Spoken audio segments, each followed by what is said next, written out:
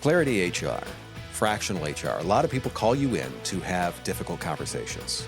Yes, You also do a podcast with me. I do. I believe this makes Chrissy the ultimate authority in difficult conversations, which, take a guess, that's our topic this week. Stay tuned. She's the CEO. He's the marketing and operations guy. If it's broken, you need The business fix. When it comes to difficult conversations, business owners, there's a few reasons why we have some of these. There's performance issues, maybe a difficult conversation with a client. We've all had to break up with clients. Yes. It's not me, it's you. You're the problem. Right? Yeah. Layoff. It's never easy. Yeah. But it's a part of what we've got to do. How do we prepare for those? We're going to talk about directness, empathy. Those are core values for both of us. Really in the way we do things. It's being direct. It's having empathy. We get empathy, I think, from different places. So to me, and we see it different ways. Yeah. And there's a very different method of delivery, I think is the polite way to say this. Between the two of us? Yes. Probably. We're both very direct. Mm-hmm. You are kind and caring direct. I am direct. Kind and caring direct has taken a lot of time to get to, but yes. Yeah. So really, for anyone listening or watching this week, we really want to educate people on how to do this with confidence, how to approach these things. You do this a lot. Yeah. I don't even know if I should ask a question. I should just go. Just start. They know what we're talking about. Opening just go. insight. Well, a couple quotes, couple things that I lean on. So Gay Hendricks, he wrote a book called The Big Leap. And he says, behind every communication problem is a sweaty 10-minute conversation you don't want to have. That's where you get that from. That is. Yes. I love that. Yes. It's extremely important. And then the next one is from Brene Brown, and she talks about to be clear is to be kind. I've heard you say that one multiple times too. So, just human nature is, we avoid short, uncomfortable conversations. Because we don't want to deal with them because they're sweaty and they're uncomfortable and ick. But because of that, because you're like, I don't want to have that conversation, and you avoid it, you create confusion, resentment, distrust, and a whole host of other problems for yourself because you're just not willing to do the thing. So when your gut tightens around a conversation, it's likely the one that you need to have, Josh. Yeah. God, yeah. And it's so funny when you look back on those conversations. You're like, oh, was that? Yeah, that sucked. Yeah. But did it suck worse than the 6 months of what you're going to do? Well, and that's it. Delay makes the issue feel bigger. It makes it stronger. It gives it more hair. It makes it moldy, stinky, all the things. We're going there. We are, because it's like, just deal with it. It's like, oh, I'm not going to deal with that problem. Like I've got a little piece of mildew in the basement. I don't want to deal with that. And then you go down like 3 weeks later and it's like 2/3 of the wall. It's like, if you would have just dealt with that, like there's a lot of lessons for life in deferred maintenance in your home, in your office building. I guess there are. Yeah. I guess there are. You have to remember too that I think oftentimes people think that direct communication is harsh, and that's not. Direct communication, it's not about being harsh. It's about being honest and grounded and really being willing to have those conversations. Avoidance may feel something like, it may feel like it's a gentle thing. Oh, I don't want to hurt their feelings. Or it's really not even, I don't want to hurt their feelings. I don't want the feelings that conversation gives in me. So I don't want to have that conversation. But you have to understand that avoidance, it leads to disappointment and disconnection. So just do the thing. It's interesting you say that, because when you say, I don't want to hurt their feelings, what I don't think so many people realize is that may not be mutual. Exactly. Well, and the other part is, I think people forget that you can be kind and you can be direct at the same time. Sure. How you validate someone's feelings, how you have that conversation, how you do the thing can be both. And I think that's the hard part for people, is they think, well, if I'm going to be direct, I'm going to hurt their feelings. There may be times where I will hurt your feelings, but sometimes it's just got to happen. That's okay. Leadership means you have those conversations. Sometimes you hurt their feelings, but you do your best to have it with empathy, and you do your best to have it with consistency. We've talked about consistency several times within our podcasts. And I think that is when you're talking about difficult conversations, it's also about being consistent with them.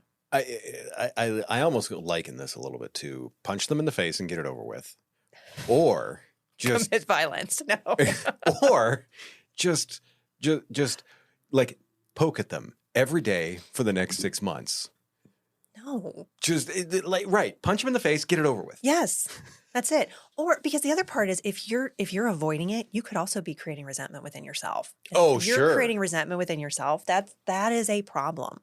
If you've got someone who you could have this sweaty 10-minute conversation, and maybe that person's going to change their direction, they're going to change performance, or they may decide that they're not the right person for the organization, they may exit.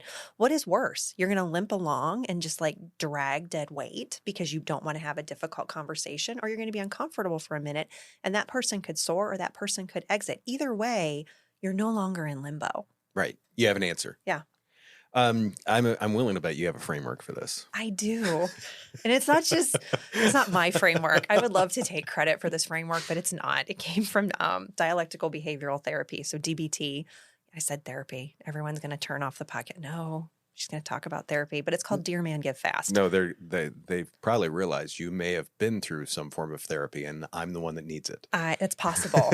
Well, I will say this, out of all of the things that I have learned, I've done a lot of professional development, I've done a lot of inner work. This is, I would say, one of the most impactful frameworks that I have, because DEARMAN GIVE FAST. So it stands for, DEAR stands for different things. So describing the situation is D, expressing how you feel, asserting what you need, reinforcing why it matters. So DEAR is the how we say the words. So an example is describing, I noticed our last 2 projects have gone past the deadline. Expressing, it's creating stress for the team and affecting us. So really giving that information. Asserting, I need clear timelines and a more proactive update from you. Reinforcing, I want to keep working well together, and that requires transparency. So when you run all those things together, it's, I noticed our last 2 projects have gone past the deadline. It's creating stress for the team and affecting trust. And I need clearer timelines and more proactive updates. So I want to keep working well together, and that requires transparency. So it's saying the words. And then man is how you say the words. Being mindful, appearing confident, negotiating if necessary. So staying on point, don't spiral. So a lot of times business owners, business leaders, are like, hey, how's it going? What you doing? I noticed that you've been late on some of those projects.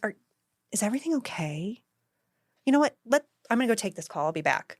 15 minutes later. So I was talking about those projects. What projects are you working on right now? And then they've completely lost. So you've got to be mindful. You got to stay on topic.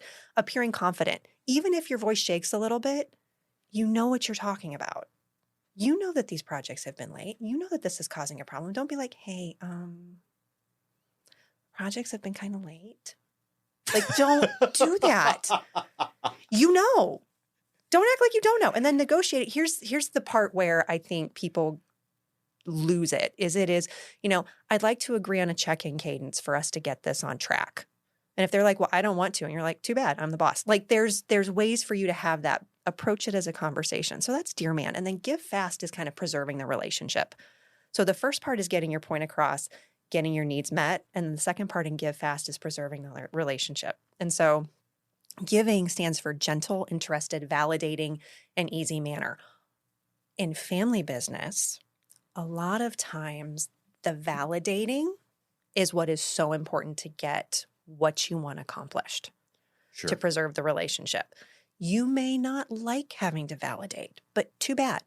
If you're working with a sibling or you're working with your parent, I can understand how that might be hard for you. Like just simply, you're not saying like, I completely agree. To validate does not mean that you agree. And I will tell you, in all of my coaching and training and development and the therapy that I went to when we transitioned our family business, validation was the hardest part of the learning process for me.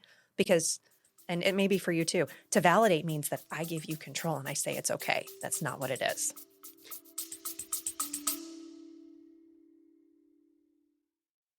Let's be honest. You did not start your business so you could spend your days buried in HR paperwork or Googling how to handle employee drama. That's why I started Clarity HR. We're your fractional HR team giving you real people, real support, and real solutions. Whether it's compliance headaches, hiring struggles, or just needing someone to take the people stuff off your plate, we've got your back. So if you're ready to stop using duct tape and hope as your HR strategy And finally get some peace of mind, head over to clarityhr.com. That's clarityhr.com. Simple, clear, and here to help. I'll give you a few seconds to go to the website while we get ready to get back to the show. No, it's not. And it took me a long time to realize that. Yeah. So really saying like, wow, that must be hard. Or I know that wasn't your intention to create an issue for me within our organization that now I have to fix. Like, it's just making sure that you hear them. Validation is I hear you. Doesn't mean I agree. Doesn't mean I support. Doesn't mean I'm going to solve. So it's how you deal with it. So giving fast is all about keeping your tone. And then fast is fair. So being honest with people without stacking the deck. So it's like, I understand why this is an issue for you. This is what we need moving forward, but not saying like, and I'm going to give you this and this and that. It's not about me winning. You apologize when needed. You do not over apologize. So that's the other part about fast. So be fair, no apologies unless necessary. Sticking to your values. We don't negotiate what our values are. Respect is one of ours, and I want you to show up that way. That's a great way. You talk about, what are our core values? Let's make sure we're sticking to them. And then being truthful, which is, I think, one of the most important outside of validation, is you don't dance around the issue. You say the thing. Yeah, no, I love the structure of it. Yeah. I truly do. I have to go back to something. Okay. In the Dear Man piece. Yes. When you started the stay on point. Yes. The don't spiral. Don't spiral. One line came into my head. It was, hey, Peter, how's it going? About your TPS reports last Office Space. Yeah. 100%. Yes. As soon as you said, stay on point. Stay on point. All I heard was, hey, Peter.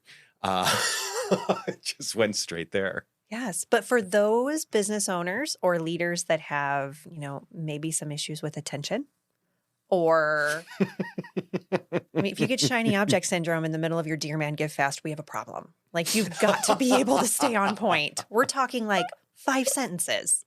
And this is something that's transferable, not just in your business, but it's in your daily life too. Because we can say this, like a great example that I use with DEARMAN GIVE FAST for people when they're like, tell us how this works in your daily life. And I was like, okay, we can talk about the war of the suitcase in our home.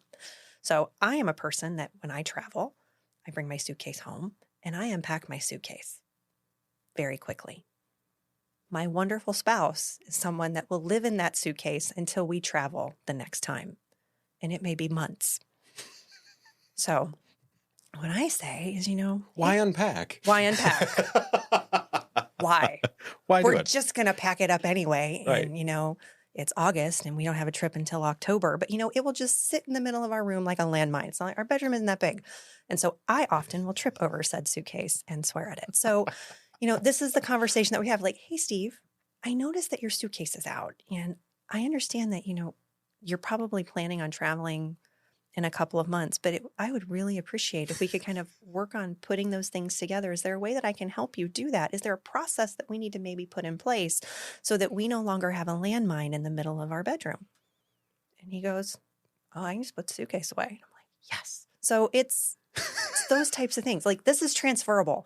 DEARMAN GIVE FAST is a transferable skill. You use it with your spouse. You use it with your kids. You use it with community leaders. This sounds this sounds direct from the archive. It is.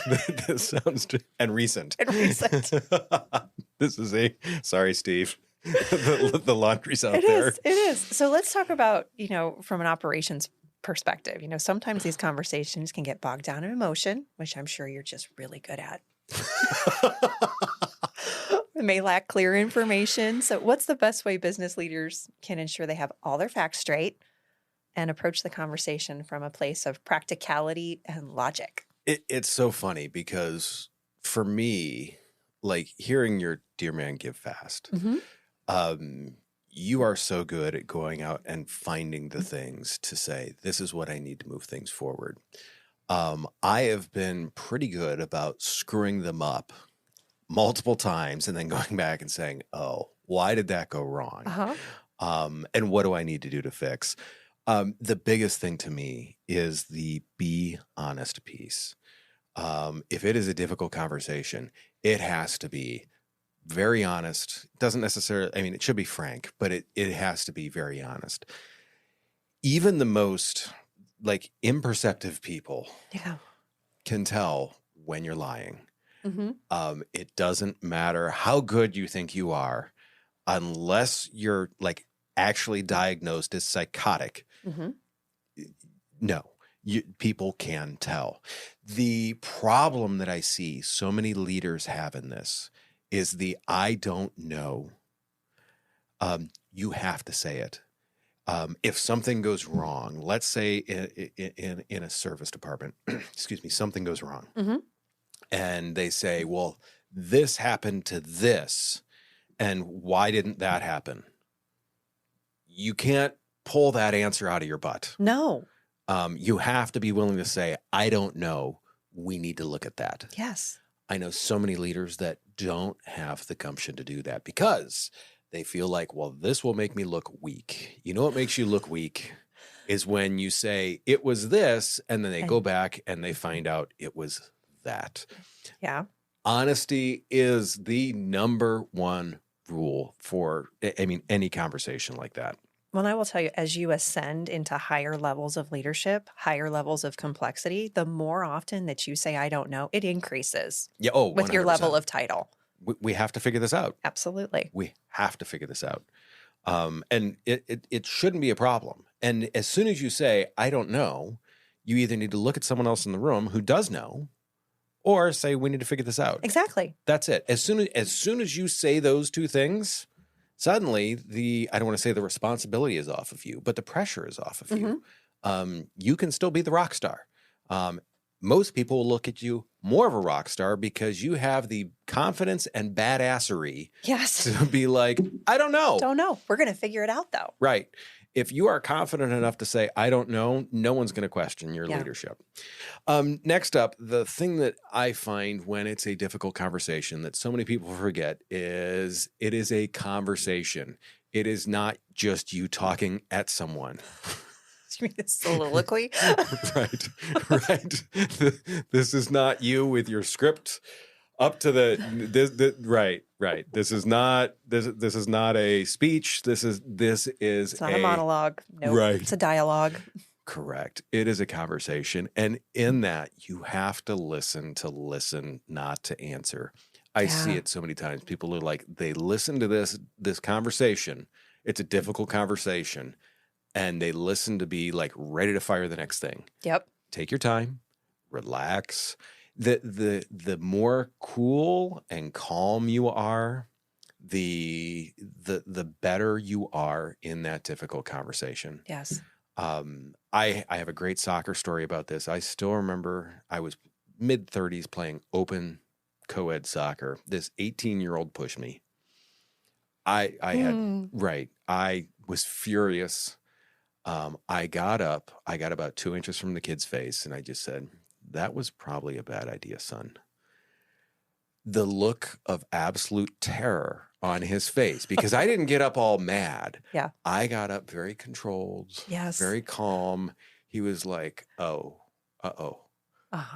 This guy's got full control of all of that violence. When you listen, when you take those times to pause, it shows that you have control over the conversation. Yes. And once again, it shows that you're actually listening and then that person is being heard. Yes. That's the validation piece that you talked about. I'm saying, yes, just acknowledge that they're heard. Yep, I hear you there. That's what it takes. That's the validation piece. Composure is power. 100%. I had a big problem when I was younger. I've said this before. I wanted to be right. And in many cases, that was at the cost of being effective. Yeah. I the volume level of my nuh-uh, let me show you the data. Screaming that does not help. No. No, it doesn't. Sometimes you have to realize, even if the numbers are on your side, yelling them isn't effective. No. You're right, but it's not necessarily effective. So you've got to make sure you do that. The other thing, and it's a parallel to what you said in terms of the show you're open and the negotiate if you have to. Do not waver, do not waffle, but in the same sense, you have to be open to changing your opinion. Yes. That is where that cool, calm, collected, rather than answering like every 4 seconds and, oh, yes, I gotta sit back, think about it, process it, be like, oh, they have a good point there. It's why, and to me, it's one of the reasons why our podcast works. I realize you got there not just by some willy-nilly, nuh-uh.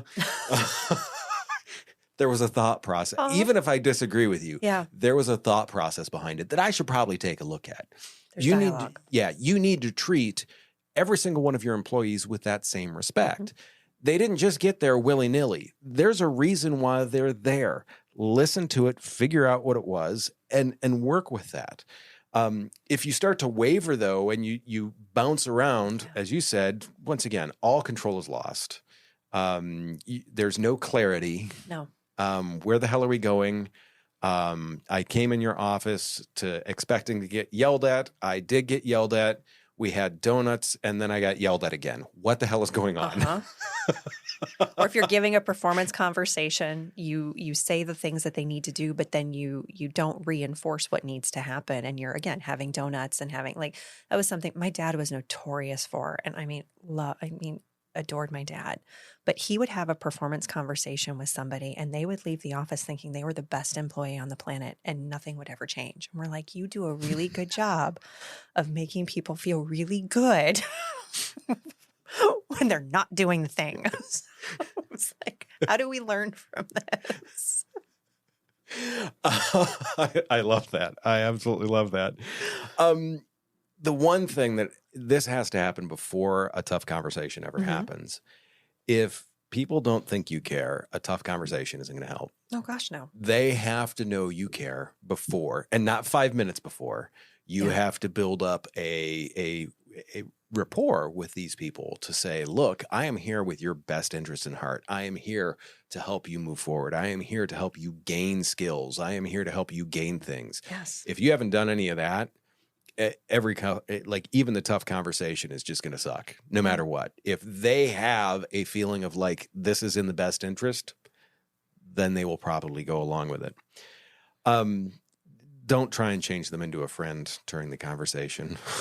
No, know the role, know where everybody sits in the conversation. And if you are not good at giving feedback, if you're not good at having a difficult conversation, you need to script it and you need to practice it and you need to have notes around. Like there are ways to go prepared. And I know that there are times where they're like, well, it's obnoxious to go to notes in a meeting. Not if you stink at this and you don't know how to communicate. It's much worse. It is perfectly fine for you to have notes in a meeting. And whether that is a family conversation, a family business conversation, a performance conversation, it doesn't matter who the individual is that is in the conversation with you. Go prepared. Winging it is not a strategy. I know that oftentimes people are like, well, I'll just get in the moment and I'll see what happens, how things feel. No. We don't do that. When we have to have a crucial and serious conversation about something, we go prepared. We don't wing it. That's excellent into my next point. Yeah. Have your shit together. Yeah. That is the only way I know how to put it. And there's 2 pieces to this, okay? First off, it can't be rushed. Don't if you just hear news about something that you need to have a difficult conversation with an employee about, don't just be like, this happened 5 minutes ago. Bob, come into my office now. No, that doesn't work. It can't be rushed. Do the research. Yeah. Any difficult conversation requires research. Make sure you've done the research. Lay it all out in front of yourself. I love your piece about notes there. Have notes. Yeah. Have numbers. Have the handbook. How many times do people have conversations where there's no knowledge of what, like, hey, we're firing you, and they can't open it up to the handbook and be like, here's why. Yeah. You need to, like, have that page in the handbook bookmark saying, dude, you were late 10 times. Here it is in the handbook. Difficult conversation. I'm sorry. Here it is. It's all not laid a out. difficult conversation when you know what the guidelines are. It's not. Very true. Very true. The other thing is to know the topic. I mean, if it's an operational thing, it's tough to do that investigation, but make sure that you've talked to the right people before you have that. And in some cases, you're going to need to talk to multiple people just to figure out what's going on. On the same venue with it, though, another piece to that is too, the only people that should ever have to eat a shit sandwich in your company is salespeople. And that's because they're going to go out and clients or prospective clients are going to feed them shit sandwiches all the time. Never, ever, ever. I remember sitting in front of a CEO that I used to work for, and he specifically said, I'm going to give you the shit sandwich. No. So here's the good, then I'm going to tell you the bad, and then I'm going to tell you some good. I'm like, why are we here for you to first off tell me that my job is threatened, and then at the same time pat me on the back? You want to talk about completely lacking any clarity whatsoever?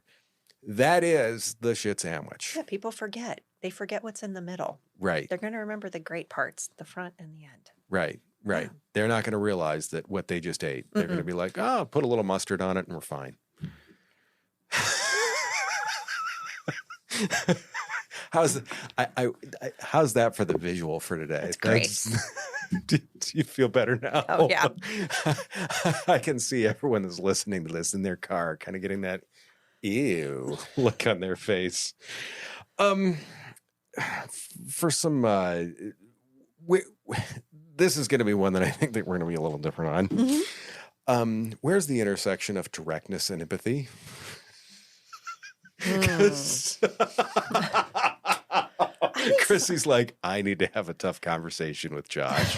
Go ahead and pay attention, everyone. Well, here's what I'll say. I'll say that tact and truth are not opposites. They're partners. They work together. And you can, and there's that saying that facts don't care about your feelings.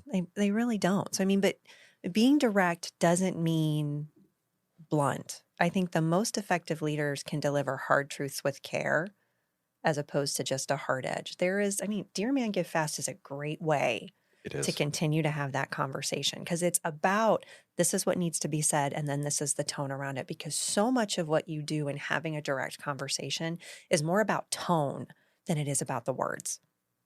And I will tell you that empathy, like I feel for you without any type of clarity, it creates confusion. Sure. No, I agree with that. Yeah. What's interesting is when I'm trying to figure out how to, blunt my edge a little bit. I'm blunt enough. Okay. Can I give you a suggestion? Yeah, by all means, because this is the type of stuff that I think people want to hear, because that's, once again, and I think there's, from our listener standpoint, I think there's two people that we have in our audience out there. I think a majority of them are going to be like, difficult conversation. I am going to walk in here and I'm going to talk to them nicely. And majority of people are going to get the shit sandwich. Yeah. There's probably 10% of the people out there that are like me, like, hey, your job performance sucks. Bring it up. Next meeting.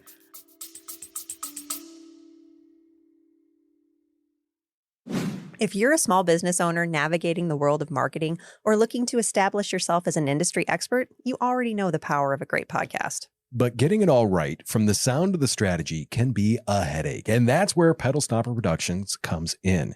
We're the team behind the Business Fix and Chrissy's Better Business for Small Business Leaders podcast. One of the things I love about what you do, Josh, is that you're always willing to help out. And part of that is with your free 30-minute no-pitch podcast consultation. That's right. 30 minutes of our best tips, tricks, and podcasting basics. Absolutely no strings attached. Just podcasting insights to help you crush your goals. Visit pedalstopperproductions.com to book your no-pitch call today. That is pedalstopperproductions.com. And now back to the show. Yes.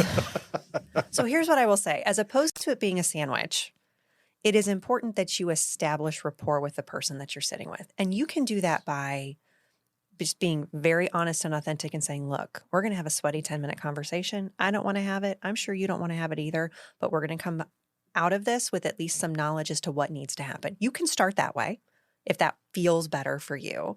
The other thing that you can do, and I think this is something that I've worked on, is giving appreciation for the thing that is going right and then saying, this is the thing that I need to get better. And then we don't go over something else that you're doing right again to sandwich it. We talk about so I really appreciate that okay, let's think. Employee who is chronically late. Okay. Mm-hmm. Like to the point that we're on our third strike, but they're really good at some things. And I think they're redeemable. Okay. Hey, I appreciate how you show up for our clients in our client meetings. My issue is that you're not showing up on time, and that is going to affect your job.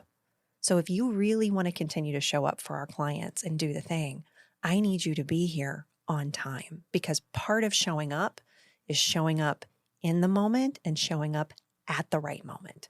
So how are we going to work on this together? And really, when I say together, I mean, how are you going to get your ass here on time? That's what I'm saying in my mind. But I'm saying, how are we going to help me understand why getting here is such a problem? And if they're like, well, I have this and I have this and I have that, and you take similar to what you do a lot of times if you have kids, you're taking the excuses away. Sure. But you're giving them the ability to explain. And then you're learning also as they're talking, is this something that someone is going to change in their behavior? Is this a conversation that is just the beginning of our exit? Where are we going in here? And I mean, as a leader, you're taking in information all the time. And if you cannot shut up long enough to let them talk, write it down and take notes and distract yourself with the listening and the writing. Count to 3 before you interrupt them. Make sure that they're done. So I think that's helpful. It is. To me, what I have relied on is I feel like I'm reasonably personable. I would agree with you. In most situations. The fact that if people know we're going to have a conversation, and it could be difficult, it may not be difficult. Mm-hmm. I guess to me, it's people were never surprised when they walked in the door to have a difficult conversation, because there had been smaller, shorter conversations that had led up to that. Exactly. It should never be a surprise. No. And that I guess is what as you started to talk through that, I guess, because I never had I've only had 2 people lose their minds on me in these conversations. And of course, then I really got quiet, which scares people. When I get quiet, people it's weird. Yeah. You're not saying anything. That's wrong. Right. I get it. But I think to me, that's what helps me take some of the edge off. I still know there's an edge, and I am not everyone's cup of tea. No, and I'm not either. And I think part of that is recognizing and understanding, what are your triggers? How do you need to make sure that you show up and working on the skill set that you're effective? And the other thing that I would say, Josh, that's important is, there can be some significant long-term impact in company culture when difficult conversations are handled well, but then there can also be some when they are handled poorly. And I'm not perfect. I know you think I am, but there have been times where I have completely butchered those hard conversations, and they have rippled through our organization there's some that were years. Oh, sure. Yeah. There has been some too where there's been a lot where I looked back and I'm like, well, that didn't go well. I did it wrong. You say that at Clarity, you're doing it wrong. It's like, I did it wrong. Once again, the experience that we both have is the reason why I think we can speak on this. Because we're both, I think, pretty good at a lot of this stuff now. Now. Right. I was specific in saying that. You said it's something in another podcast that you had done where you said success happens overnight over the last 10 years. Yes. my career has been longer than 10 years. Same. It's been through multiple companies, multiple industries even. Yeah. And I have found a lot of these difficult conversations are like kind of the same. HR Yeah. seems to be, it's a thing of yours, right? A little bit. Does it get expensive when people don't do these conversations? Oh, it absolutely can. And it's not the expensive part in paying an HR consultant to help you undo some of the issues. That's the cheap part. That's the cheap part. It's the drag on your organization. Like when you procrastinate having a difficult conversation, what that does to clients, what that does to your culture, what that does to, pushing your high performers out the door. I mean, that is really, I think, where the cost is, or the opportunity cost that you're giving up because you're continuing to ruminate on that conversation that you don't want to have. And it's taking you out of the business when you're supposed to be focusing on growing and, thinking of new innovative ideas, or you're at home and you're thinking about the thing when you should be spending time with your loved ones, and your pets miss you because you're not paying attention to them because you're thinking about what you needed to do or the conversation that you need to have with Bob. I think, it can ripple through your organization. Quickly. Yes. What I love, we've got something about winging it. Yeah, winging it is not a leadership strategy. We talk about hope not being a marketing strategy, or was it young and pretty? Young and pretty is not a marketing strategy. And hope. And hope. There's a lot of people that are like, oh, if I build it, they will come. Duct tape and hope. No. Right. No. I've got a great piece to this. What's your take on the winging it is not a leadership strategy? I mean, it's part of the fact of, if you do not have a skill set around how to have difficult conversations, you need to build that. As a leader, it's one of the most important things that you can do. That piece of professional development and learning how to have a hard conversation will take you further and your organization further than I think anything else that you can do in product design or product development. You can have a great mousetrap, but if you can't keep people to help them build the mousetrap with you, you're just gonna be by yourself. And it's not a great space. I love that. The thing that I see too is business owners, many times we are, I don't want to say blindsided by issues, but sometimes there's an issue that you're like, oh, I didn't realize that the poop had hit the fan. It does not take long for like a large bucket of poop to hit a fan. It doesn't. The thing that I have found is there is a two-step approach that I have always kept with this. Oh. First off, it's address it and say, look, we've got an issue.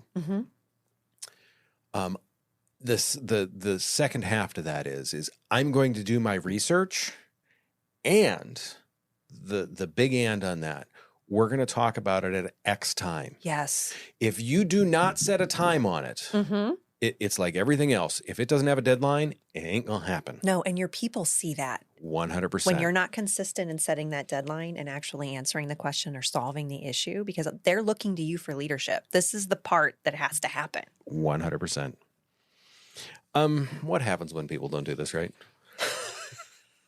You mean the long-term impact on company culture? Yeah. I mean, is there one? Yeah, because either one bad conversation or the lack of a conversation, I mean, it can echo through your culture for years. So you can deal with people exiting. I mean, when it goes well, when conversations are handled well, trust grows even when the outcome is hard. So we still get better. But if they're handled poorly or not at all, it sends the message that performance doesn't matter, that difficult conversations don't matter. It's the nobody gives a crap. So it means that leadership avoids truth, that leadership doesn't care about me. And again, top performers are going to exit. So the way you handle conflict really becomes part of your leadership makeup, and how you model that behavior to managers and other leaders in your organization is how you can continue to scale and grow. When people hit the ceiling in their growth, oftentimes it's because they haven't continued to develop themselves or their people around performance and conversation. I know some people are like, no, it can't just be that simple. It can't just be about the people. A lot of times it is about people. Most of the time it's the people. So you've got to be consistent. Culture is a building. Yeah. It takes time to build, seconds to destroy. Oh, we can light it on fire. Right. Or someone can drive into it. They can, and then you got to figure out how to deal with it. I'm going to keep bringing that up it's for a still very not long done. time. I know. I'm That's me. I'm going to keep on that one. You had adventures I did. in getting holes in your building. Actionable steps. The first one is, for me, prepare. Have your stuff together. Yeah. Know the facts. Do your research. The next one you're going to be better at than I will. So I'll let you talk about, in fact, the next two you need to just talk about. That would be focusing on the behavior, not the person. So keeping the discussion objective centered on specific actions or issues. Be human. And the other, practice empathy, which is listen first. Yes. Listen to the other person's perspective, acknowledge their feelings. You do not have to agree with them. You just have to listen. Yeah, no, I feel that I am good with empathy because I'm more than willing to listen, and I am more than willing to put someone else's shoes on. And I take my own off before I put theirs on. Yeah. In the same sense, I'm still a little direct. Yeah. Which is okay. To be clear is to be kind. Sure. Remember that. So sure. direct is I'm okay. Very kind when people are crying across the table. Kleenex. Shove the Kleenex across. Right. Here's the box. We're just going to set this over there before they even walk in the room. That's part of being prepared. It is. Follow up. Always make sure there's a clear understanding. If it's a difficult conversation where you're exiting someone, well, there's not much follow up other than with HR. Hey, handle this. Get them their paperwork. If it is a performance oriented thing, if it's something else of that nature, you obviously need to make sure that there are times when you have things on your calendar. You have to follow up on this, that, and the other, because if you don't, everything that you said is completely meaningless. Yes. What's the last one? That is to be direct and kind. You can be clear and you can be kind. She keeps saying that to me I that know. way. Deliver the message with directness and compassion. You can do both. And if you can't, I don't believe that anybody is absolutely, unless you're a sociopath, you can do this. Yes, 100%. You can. It is a skill set that you can learn. Yep. And there are lots of people that can teach you how to do that. I mean, we can teach you how to do that. Yeah. No, I'm not that much of a sociopath. No, We're good. not at all. Quick shots. Yeah. Single business. I think we've talked about this. Yeah. Biggest mistake you see other business owners make, because you see a lot of them, the mistakes and the business owners, when it comes to like winding up to have that difficult conversation. They don't plan. Yep. They should just wing it. And when you are having a performance conversation with something that could have major implications within your business, don't wing it. You go prepared. And the longer you train for those, it doesn't mean that you've got to I've got to plan 90 minutes and how I'm going to have this conversation. I mean, if you have spent a decade of your life learning how to have conversations, take 10 minutes. Just, okay, I'm just going to clear my thoughts. I'm going to make sure that I'm not walking into this conversation emotionally. That's it. If you wing it, you're more likely to get derailed by your emotions. Love it. And then it's and it's bad. Nuh-uh. Nuh-uh. All right. So what's a simple practical tip for business owner who's nervous about the difficult conversation and wants to get their thoughts organized? Have your first two lines. Yes. This is this. This is this.